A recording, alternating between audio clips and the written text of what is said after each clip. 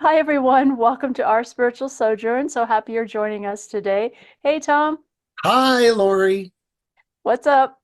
Oh, I don't know. I have a feeling you've got great inspiration for today. What have you heard? Well, I think we sort of touched on it the last time in one of our sessions, talking about the dark night of the soul and shadow work and what all that might mean and how it all fits together. So the guides have decided that today we need to explore that a little further, and they're going to step in at some point and really kind of explain why, from their perspective, it's important that we do this. So, my understanding in some of my research and just having experienced it myself, the dark night of the soul is something that occurs when suddenly our life makes no sense anymore. Everything we thought we could count on, that we believed in, is suddenly gone, and it makes like we can't hold on to it, and it makes no sense. Like things have just disintegrated around us. This can be triggered by disasters of any kind. Your house burns down. There's an earthquake, a tornado, a hurricane, natural disasters. You get fired from your job, something major in your life shifts. Your partner of 30 years comes home and says, I'm leaving you, and walks out the door. Anything that really shakes us to our core, a sudden death, sometimes even just a death that we're anticipating, but the loss of someone that we love through death or leaving us can put us into that state of what's called the dark night of the soul, which is at times very similar to what we call depression, where just nothing makes sense anymore and you can't understand why the rest of the world is still moving and you're sitting there in a puddle on the floor, not able to speak or do anything, basically. So that's Dark Night of the Soul. For me, when I went into that place, that triggered then my shadow work, which Carl Jung has talked about as that unconscious part of our mind, that unconsciousness, that the unconscious where we try to keep hidden. It's the parts of ourselves, the aspect of ourselves that we try to keep hidden, that we don't want other people to see, and that we don't want to see. So a lot of times it's we repress those kind of uh, dark inner desires, if you will, what people would consider not good or healthy, or any of our fears, any of those parts of us that we don't feel like are acceptable in society, we can then repress it. I think lots of other things live in the unconscious as well, and that can then drive our behavior, because a lot of the behavior is based on old patterns that we developed as children that live in the unconscious, that served its purpose then but has no way of helping us now. It just kind of is that old pattern that we keep repeating over and over again. Mhm. So shadow work helps us to move into that unconsciousness and begin to explore what's there, bring it into the light, and then be able to move on from it. Because once you bring it into the light, it starts to lose its hold on us and it's less fearful. And we can then resolve it in some way, take a look at it, decide, do I still need to have this behavior or this fear or whatever it is? How can I let it go? And so that to me Mhm. is shadow work. And that's a lot of what spiritual communities talk about. And I think sometimes we interchange dark night of the soul and shadow work as kind of one and the same. They're not, but they do, to me, they do certainly blend together. Like, I think the dark night of the soul probably triggers us into some shadow work if we're lucky Okay. and we're willing to step into that. Shadow work is not for the faint of heart. You have to be really willing to enter into those dark places and look at parts of yourself you don't want to look at. And it's not always easy to do. Mm. Have you ever had that experience yourself at all? A dark night of the soul? I think I have had my own experience, Dark Night of the Soul, and I think most people do. That was my first question: is does everybody experience that? My my thought would be yes, we all experience that. And maybe you don't call it, oh, I'm in the dark night of the soul. You may say, I'm just really depressed. I'm just not myself right now. And usually it's linked to, like I said earlier, a disaster of some kind, a life-changing event that's happened to you. Hmm. And that's what triggers all of that and can throw us into a depression. Hmm. And I think everyone experiences that at one time or another. Hmm. I think then from a spiritual standpoint, for me, it was how do I then come out of that in a way that's healthier and helps me be more connected then to spirit, to source. And I've spent many parts of my life just wallowing in depression and kind of lost and stumbling around and didn't go into that shadow work at all. In fact, ran from it. It's Hmm. like, no, I don't want to go there because it's just going to make it worse. And so spend a lot of time avoiding. And I think that's what a lot of us do. And we find ways to help us avoid it. Um, Overeating, addictions of, alcohol, drugs, whatever, sex, whatever, to help numb that or to at least avoid it for a period of time. Hmm. And so we engage in all kinds of behavior, shopping, retail therapy, I used to call it, where you go out and you just mindlessly buy crap you don't even need or want, but it soothes you for that moment and helps you to feel better in that instance. So we find ways to distract ourselves Hmm. until or at least for me, I hit a wall where I couldn't distract myself anymore. And I needed to go deep inside and figure out what the hell is going on and Hmm. how do I come through this and stop some of the behaviors that I've seen in myself over a lifetime. How do I change that? So I think everyone goes through it. How they manage it is very individualized. Hmm. You made a couple points in there that I would like to emphasize. First one is you just said everybody goes through it. I think Mhm, there comes a point in a person's growth where they realize everybody gets depressed, and mhm. a lot of people get depressed a lot. Yes. And we all think that everybody else has got it going on and other people um, lead the good life. And it's just not the case. Everybody's got their struggle.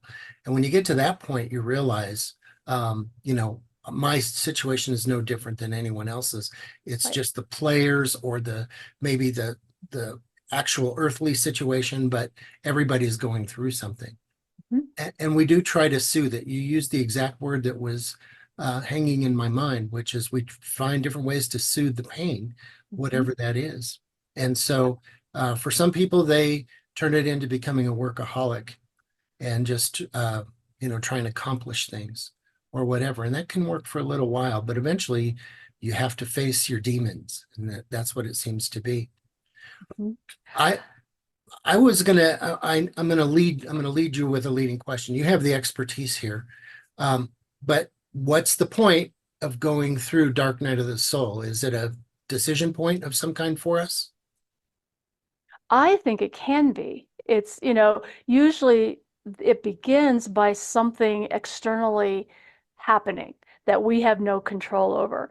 And humans aren't very good at not being in control. Mhm. And so some event occurs, whatever that event is in your life, it throws you into this, suddenly nothing makes sense. Mhm. You get depressed, you wallow for a while, and you're just struggling to get through the day and try to make sense of what's going on. And so, yeah. Well, no, I'm listening to you, and I think I don't want you to have to repeat because I think you hit on some of those points earlier. But also, it seems to me that everybody is going to have one of these on their life plan, and that the timing of it may change. It may be you reach a certain event, as you said, or a milestone in your life, but everybody's going to have it on their life plan for some sort of a breakthrough, it seems. Perhaps, yes, ideally that would be the idea that you end up in this situation, it triggers you to move forward and perhaps go deeper, expand your spirituality in a sense, your sense of connection. Um, and that's your choice. Not everybody will do that, but everybody gets that opportunity. And I think we have multiple opportunities. I mean, life is hard and there are a lot of tragedies in life sometimes. It's how we handle it and what we choose to do with it. Spirit has interest in us being able to do this because they see it as an opening for us as humans to connect more with our soul self and with the spirit world and to open that up and become more aware of ourselves as these divine beings so that we're able then to communicate in ways with our guides, let's say, or the angels around us that can help us get through this and to change the behavior that we've had up until this point, to be Mhm. able to look at those fears that block us, that keep us from having that relationship with spirit or keep us from moving forward on the path that our soul had wanted us to follow. And so as we delve in then to that shadow part of us, those hidden um, fears that we hold, as we clear those, then we're much more able to have that clarity, work with spirit more, and then step forward on our path, as opposed to just staying stuck where we've been for our life up to that point. Mhm. Those moments that you're describing there, you can either go out and soothe it or you can go introspectively to try and solve it. And Mhm, that's what I think I just heard is the goal is to go inside yourself, be mhm, introspective, look for guidance or look for a solution. It doesn't have to necessarily even be um, a spiritual solution. It could be an earthly solution of some kind, mhm, but it forces you, if you're of the mindset, it forces you to go inside yourself and look around. mhm. Right. One of the other terms that gets thrown around a lot, I think, in some communities, spiritual communities, is spiritual bypassing, has become kind of a popular phrase. And I think that's when they say that, my interpretation is it means that I am sort of glossing over things and just saying, oh, everything is butterflies and lovely and sunshine all the time. And there's no darkness in me. There's no darkness in anyone. I have no issues. And spirit is wonderful and guides me. And life is going to be beautiful. And I'll get everything I want all the time. Mhm. And that's not necessarily the way it works, at least not for me. And so, what I think that for me, it became stopping that because certainly I engaged in some of that early on. And it was more about let's get real and what is it that I'm trying to avoid?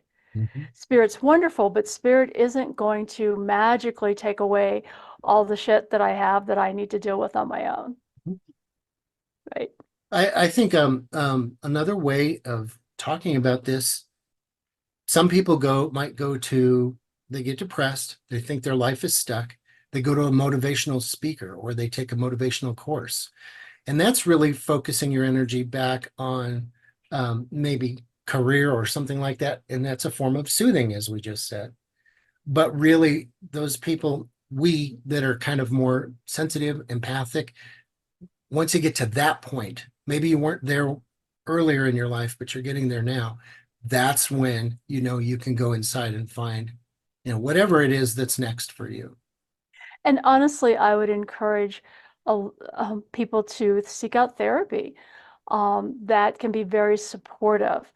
And I've certainly done my share of therapy work, which also helps you to begin to go inward and begin to look at those aspects of yourself. So I think unless you've been in some therapy, probably starting out, shadow work is something you'd want to have a therapist who has Mhm. some training with this, who understands that and can help you on that path, Mhm. just for that support and to help you understand and to help you have the insight and then the skills to bring that out and then release it so that it's not just staying stuck in there Mhm. and still spinning.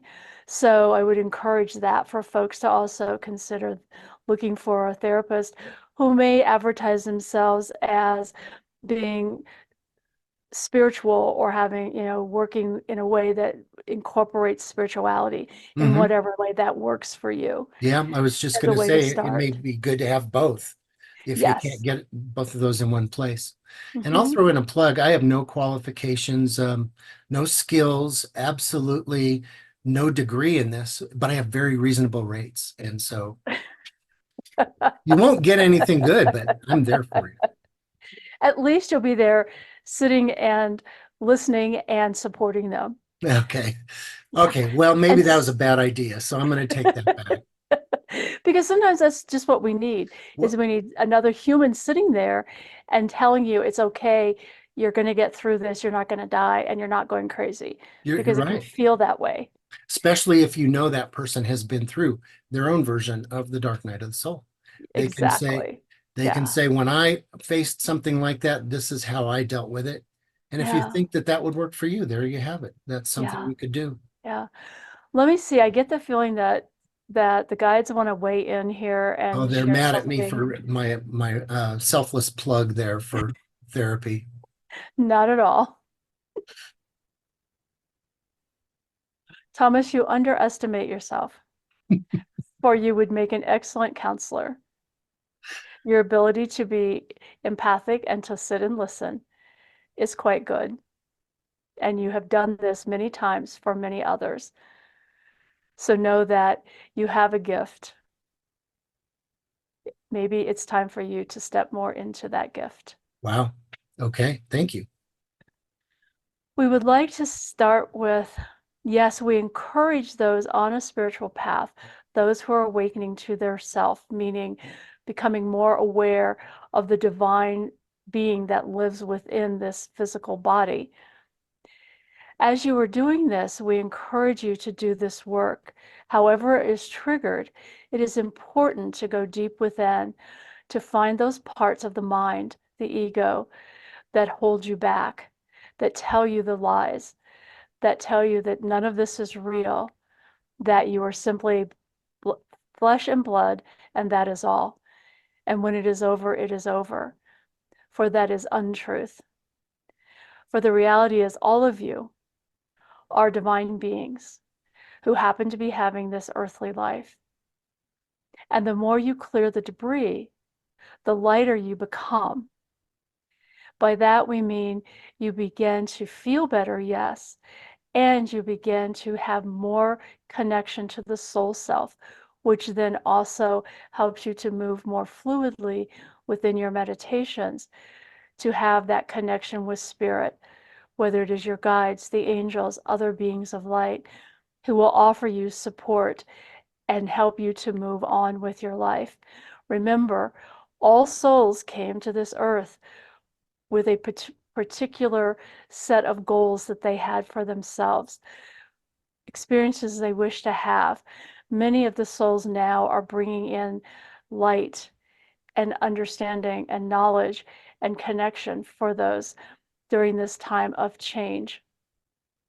So, by doing this work, it helps you to really tune into this and be able to quiet the mind and be able to then listen to the soul self, to follow that quiet guidance that is always there urging you on. So that if you are a healer, instead of being frightened and unsure, you begin to step into that. You find a class, you learn some skills, you practice, and then you are ready to step out following your true self and in offering this healing energy work or whatever type of healing you're doing to the rest of the world because it is what is needed now. So we encourage this work and find that it does help to open others and to deepen your sense of connection to source, to all that is, and to one another. It helps you to truly have empathy for those around you. For as you do your work, you begin to recognize that in others and to have compassion for them, knowing the journey you've been on. You understand their fear around even considering doing such a thing. Many humans would think this would be a foolish thing to undertake. We would say it is a hero's journey and that all of you are quite capable of making this journey. While you were speaking, I got a picture of a train leaving a station, and you have a choice. You can stay here or you can get on the train and move forward. Exactly. And Yeah. Um, there was another really interesting point that they just gave to you, which is therapy, as you suggested, would help you because typically a dark night of the soul problem is going to be very personal and Mhm, it's going to be very guttural and you're going to uncover maybe things from your childhood or whatever. So in that regard, therapy is good. But for a lot of people, it could either be supplemented or if therapy just can't, you can't make yourself go, you can find so much information online and you can take those classes online. mhm, You can help figure out which ones to take. I'm sure that there are a million videos right here on YouTube where people can learn about how to get through the dark night of the soul. mhm. And so Absolutely. escorting yourself through that journey is a reasonable option. It absolutely is. Mhm. Absolutely. Yes. It's taking that deep breath and taking the plunge, basically, and allowing yourself to go there. Mhm. Yeah. And the Yeah. empathy gained really is part of your degree on this planet, which I always think of this planet as the University of Empathy. That's what we're all learning in one form or the other. And Mhm. so this is just one of the milestones or classes that we all have to pass through. I also found for myself that when I do this work, it does free me up and I can interact more easily, I guess, with my guides and with other spirit and be open to that and really, as a soul, recognize that I am a divine being and really hold on to that sense of worth and that I can do this. I can follow my soul's path. When I'm stuck in the shadow part, the fear tells me I can't do any of this. Who Mhm. do I think I am? And that just gives me all those negative messages. So the more I clear away that debris, the more I can step into that soul self that knows the truth, that all of us can move forward and have these relationships with spirit as well as with other humans and live in that congruent life, really, even in the physical world. So how many times do you think that a typical person goes through this? Because I don't think it's just a one-timer. You know, when I first started this work, I thought it was like one and done. You did all this work, and then whew, you made it through, you graduated, you're on your way. Oh no, it's in layers. So to me, it's never ending.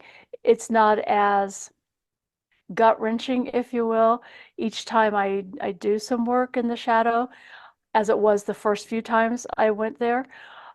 And what I've discovered is it's layers so that I work with a certain fear, clear it, feel really great, move forward, and then bump up against it again.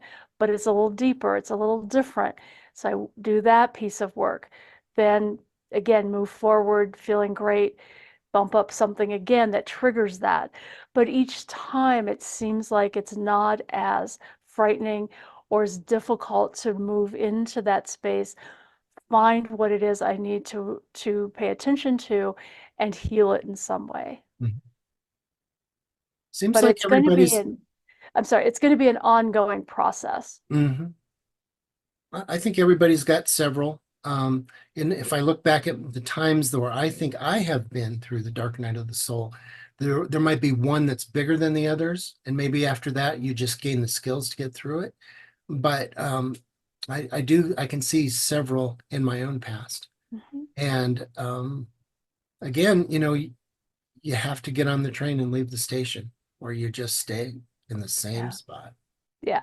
Yeah. And as a human being, that is our choice. We have that free will to do that. Mhm. And I've spent many years doing that and then finally reached a point where that just wasn't what I wanted anymore. It wasn't working for me. And so I made that leap of faith really into do this work. Yeah. Okay, well, let me ask your guides, what other major points would they like us to know now that they've given us a little nudge to go inside and look at our own dark night of the soul?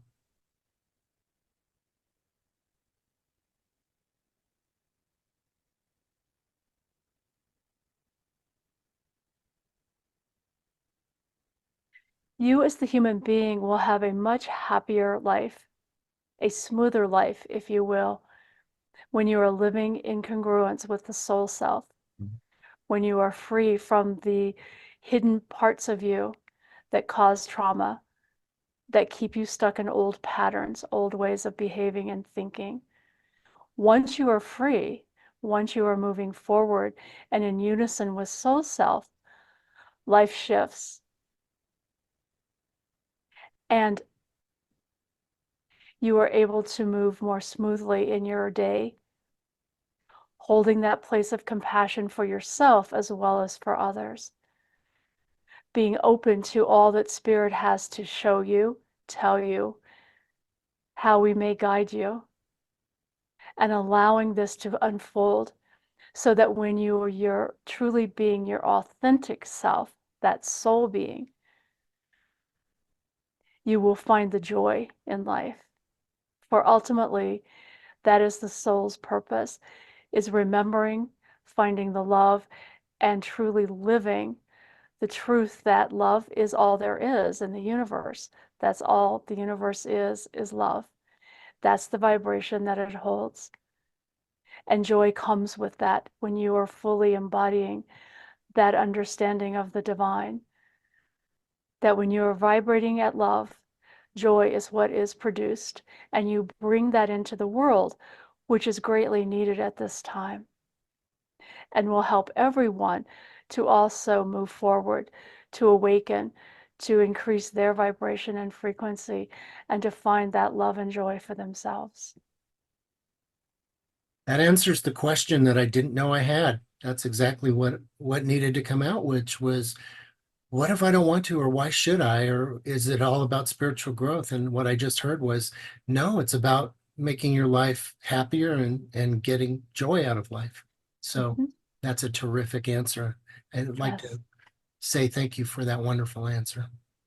yes, yes, absolutely. And I have found that moments of joy for myself, of when I'm really fully aligned with soul, that I feel that internal joy no matter what's happening around me. That doesn't mean happiness. That's a whole other thing. This is this feeling I can't even quite describe that comes from my heart space that knows whatever's happening around me, I can stay centered in that joy and that sense of love and peace and be able to manage and survive it. So there are moments when I can hold on to that. Mhm.